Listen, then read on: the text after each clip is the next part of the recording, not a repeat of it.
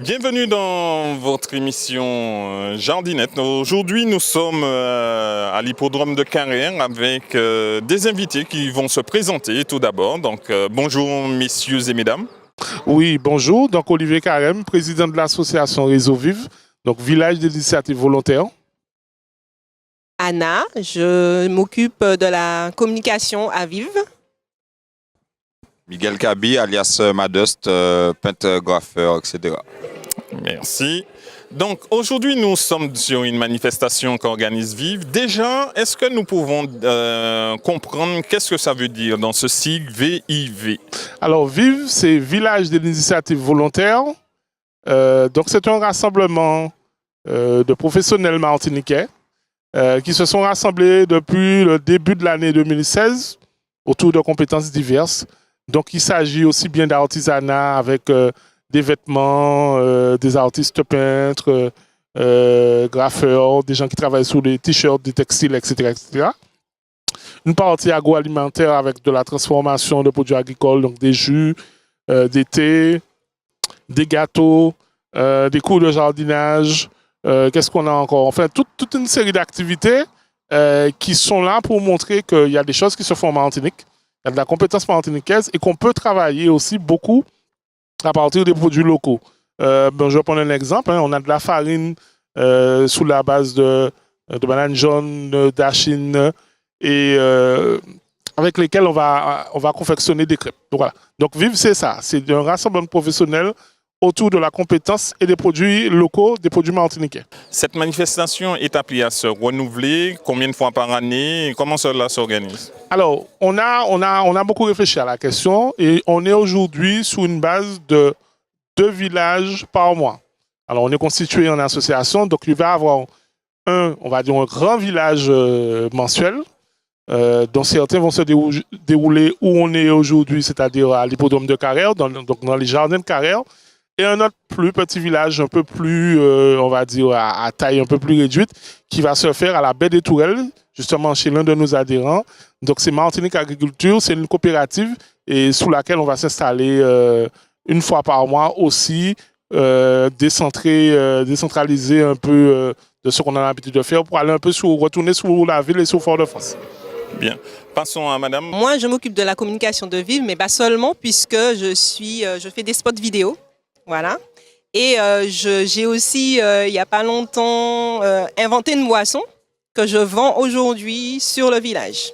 Alors, pouvez-vous nous en dire un peu plus? C'est quoi cette boisson? Avec quoi elle est faite? Alors, il y a du curcuma et du gingembre dedans. Je ne dirai pas plus parce qu'on ne peut pas donner tous ses secrets. Pourquoi cette boisson alors? Pourquoi cette boisson? Parce que, bon, déjà, tout ce qui se fait sur le village, c'est fait uniquement en Martinique avec tous les produits de la Martinique. Donc, étant donné que cette boisson, justement, réunit que des choses de la Martinique, c'est pour ça qu'elle est ici. Et en plus, elle a deux éléments, le curcuma et le gingembre, que beaucoup connaissent, qui ont des vertus, qu'est-ce que je vais dire? Je ne sais même pas quel mot utiliser, mais beaucoup de vertus en fait. Le curcuma, c'est un puissant antioxydant et le gingembre, c'est un puissant, remontant, voilà. C'est ça que je cherchais. Où vous trouvez-vous votre gingembre alors? Alors, il y a beaucoup d'agriculteurs ici qui en font. Que ce soit curcuma, gingembre, j'en trouve ici. Quand j'en trouve pas, je fais pas. Je veux dire, où en Martinique je peux vous trouver votre gingembre à vous? Ah, il y en a partout. Il y en a à Marigot, il y en a au Lamentin, il y en a partout. Partout. Bien. Je viens de rencontrer une cliente qui m'a dit qu'elle en vend aussi. Ce que nous voulions savoir, combien de temps ça va vous prendre du fruit brut à un produit fini? Ah, ça, je ne peux pas répondre parce qu'il y a plusieurs éléments. Donc, non, franchement, je ne peux pas répondre à cette question. Ça prend du temps. Olivier, combien de temps le gingembre va prendre pour pouvoir pousser et combien de temps, parce que nous sommes dans une émission, n'oublions pas, de jardinage, combien de temps ça va prendre? Comment je fais pour faire pousser du gingembre et du curcuma? Oui, alors on est sur des cycles qui doivent durer en gros, alors selon la variété, selon où on est, entre 7 et 9 mois à peu près. Donc ça prend quand même du temps. En plus, le gingembre notamment c'est un rhizome, c'est même pas une racine, donc c'est un type de racine particulier qui est c'est une plante qui est saisonnée, c'est-à-dire qu'elle va avoir des périodes de l'année où elle va entrer en dormance. Et au bout d'un moment, cette dormance va être levée, c'est-à-dire que vous allez voir des petits bourgeons qui vont apparaître et qui vont vous dire que ce rhizome est prêt à être mis en terre pour pouvoir justement lancer le cycle du gingembre. Donc il y a des périodes dans l'année où ça va être très difficile pour Anna de trouver du gingembre de toute façon. Et ça, il faut en tenir compte. Le curcuma, alors, c'est pareil? Le curcuma ne fonctionne pas tout à fait de la même manière. Le curcuma, on en trouve toute l'année. L'effet saisonnalité est beaucoup moins marqué. C'est sous le gingembre qu'on a vraiment des périodes de l'année. Alors, ça dépend des lieux, bon, bref. Mais on a vraiment des périodes de l'année où c'est en dormance. Et à ce moment, on sait de toute façon qu'on n'aura pas de gingembre. Donc, rappelez-nous comment je fais pour savoir que mon gingembre est prêt à être cueilli. Alors, première chose, on note la date. Le plus simple, c'est de noter la date à laquelle on a planté son gingembre. Savoir que c'est entre 7 et 9 mois après, de manière à pouvoir venir récolter son gingembre. Alors, comme beaucoup de plantes, on va observer quand même qu'il y a, entre guillemets, une dégénérescence de la plante. C'est-à-dire que les feuilles vont se faner, jaunir, etc. Mais le moyen le plus efficace, en fait, c'est de noter. Miguel, quelle est ta spécialité et que présentes-tu sur ce village? Donc ma spécialité, c'est en gros tout ce qui est personnalisation. Donc tout ce qui est, dès qu'il y a de la peinture ou du dessin, je suis dedans. Donc que ce soit du simple vêtement, par exemple les t-shirts Vive, là, c'est mon boulot. Je peux très bien dessiner un aérographe sur le t-shirt en fonction de la demande de la personne. Comme je peux aussi personnaliser, par exemple, comme je faisais à l'instant, une tirelire. C'est diversifié. Dès que ça se peint, je suis là. D'accord. Et sur voiture aussi? Mais je fais des bois jack notamment. D'où est venue cette passion et pourquoi? Ben, à la base, j'ai un BTS comptabilité, mais bon, j'ai pris ce qui venait en grosso modo. Mais après, bon, j'ai toujours eu le dessin depuis le catéchisme, donc depuis ça, j'ai gardé la main et puis j'en ai fait mon métier depuis 2009. Qu'est-ce qu'on utilise justement pour faire de la hiérographie, je peux dire? La hiérographie, ben, c'est un petit pistolet et puis de la peinture acrylique. Acrylique, d'accord. Et pour stabiliser, pour que ma peinture ne puisse pas ressortir, la peinture acrylique? Un vernis. Hein? Ah, d'accord. Explique-nous comment ça fonctionne, parce que moi, de chez moi, si moi je fais de la peinture, parfois ma peinture sort. Bon, déjà, au départ, bon, ça dépend du support, il faut le poncer, bien sûr, comme toute chose, le poncer, retirer tout ce qui est résidu, etc. Appliquer une base, blanche ou bien en fonction de la matière, et puis après mettre la couleur et vernir. Après, il faut mettre des paillettes, etc. Qu'est-ce que tu préfères mettre en œuvre artistiquement parlant? J'ai pas d'idée spécifique. J'ai pas d'idée. Donc, si on te demande nature morte ou bien quelque chose de vivant ou plus. Voilà. Je suis plus ou moins à même de le reproduire. D'accord. Donc, sur tout ce qu'on te demande, tu es prêt à. Voilà. Tu réponds à tous les défis. Normalement. Bien, rappelle-nous. Je suis un homme à défi. Bon, alors rappelle-nous où est-ce qu'on peut te trouver et comment. Donc, je suis au quartier Bamango à Rivière-Pilote. Et l'atelier en cours de construction, donc au quartier Marie-Noire, toujours à Rivière-Pilote. Il est normalement dans le cadre du réseau Vive aussi. Et un mail où on peut te joindre? Donc c'est madustware@hotmail.com. Comment ça s'écrit Madust? Donc en fait, en gros, l'idée Madust, c'est Madina unique sur Terre. C'est toujours dans le principe de Vive, c'est-à-dire qu'on a de quoi faire ici. Il suffit pas d'aller à l'étranger, d'exploiter les talents des personnes étrangères, alors qu'on a de quoi faire ici en fait. Eh bien, nous te remercions. Si je veux avoir ce produit, cette boisson. Alors la boisson, on la trouvera uniquement sur les villages de Vive. Je ne la commercialise pas spécialement ailleurs. Bon, ça peut arriver, mais c'est rare. Sinon, par contre, si vous voulez des spots vidéo, oui, vous pouvez me trouver. Alors, dis-nous en plus alors.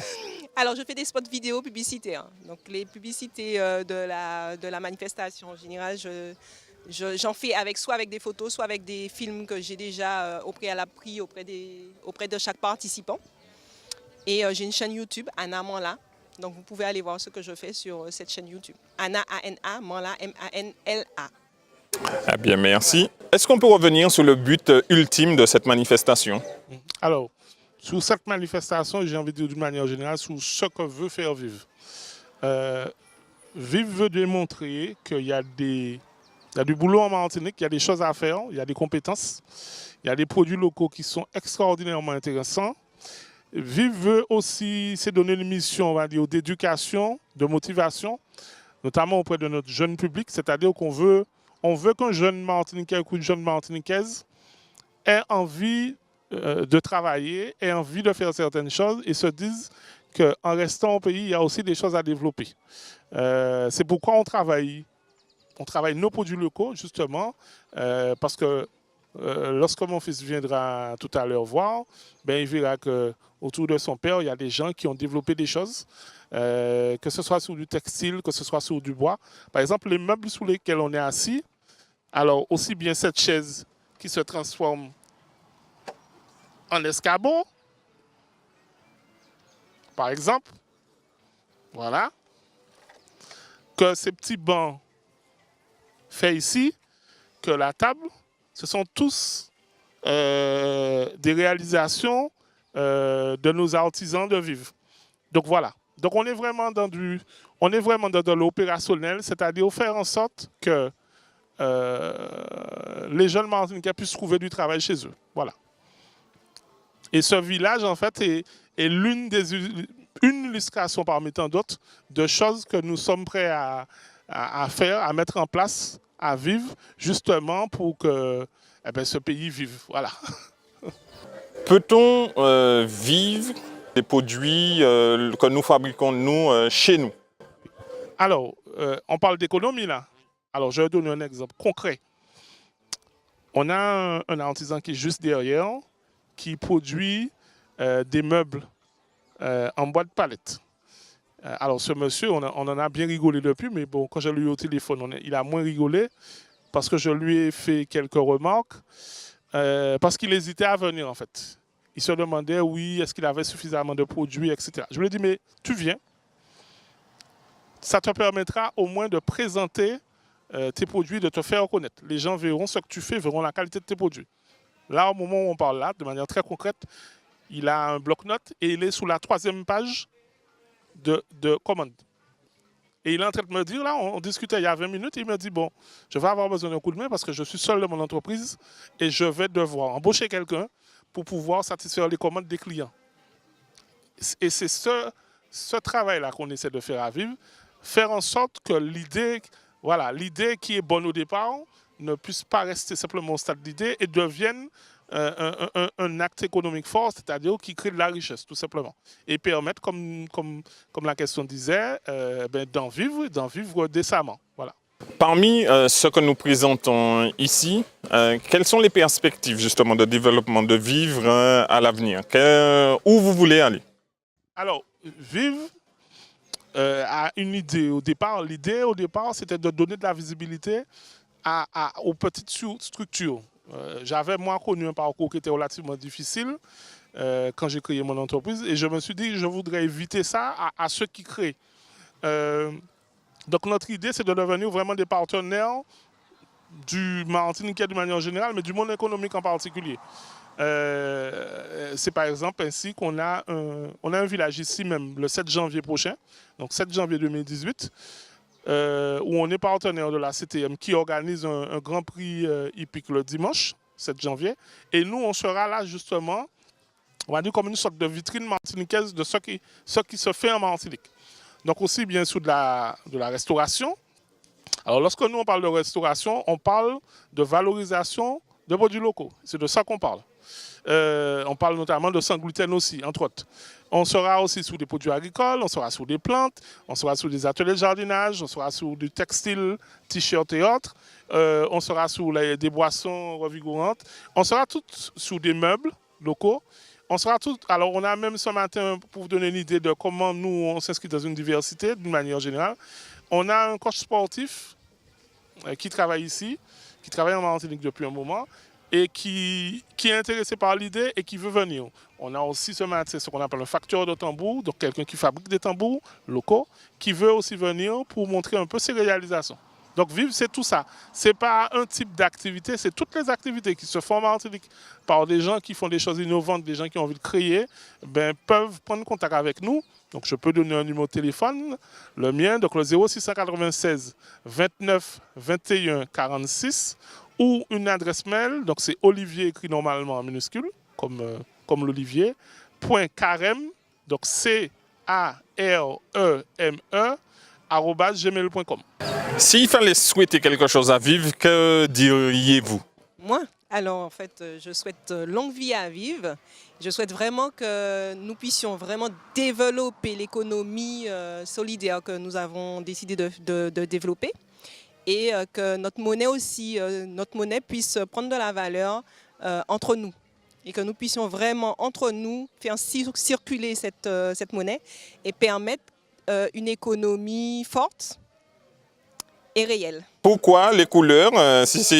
Pourquoi ce choix? Donc en gros, bon, c'est pas moi qui suis à l'origine du logo, hein, c'est monsieur Didier Michalon, normalement. Mais si je retiens bien le logo, en fait, ça reprend toutes les activités. Donc il y a bray, il y a manger, Il y a soin, voilà, jardin. soins, nourriture. Ça reprend un peu toute l'activité de vivre, en fait. C'est le réseau, en gros. D'accord. Et vous diriez quoi à vivre? Ben, longue vie à vivre. Hein. Bien, eh bien, c'est sur ces mots de longue vie que nous allons nous laisser pour cette émission Jardinette. Donc nous étions à l'hippodrome de Garet où Vive organisait une manifestation où tous ceux qui créent en Martinique peuvent venir. Donc longue vie à Vive.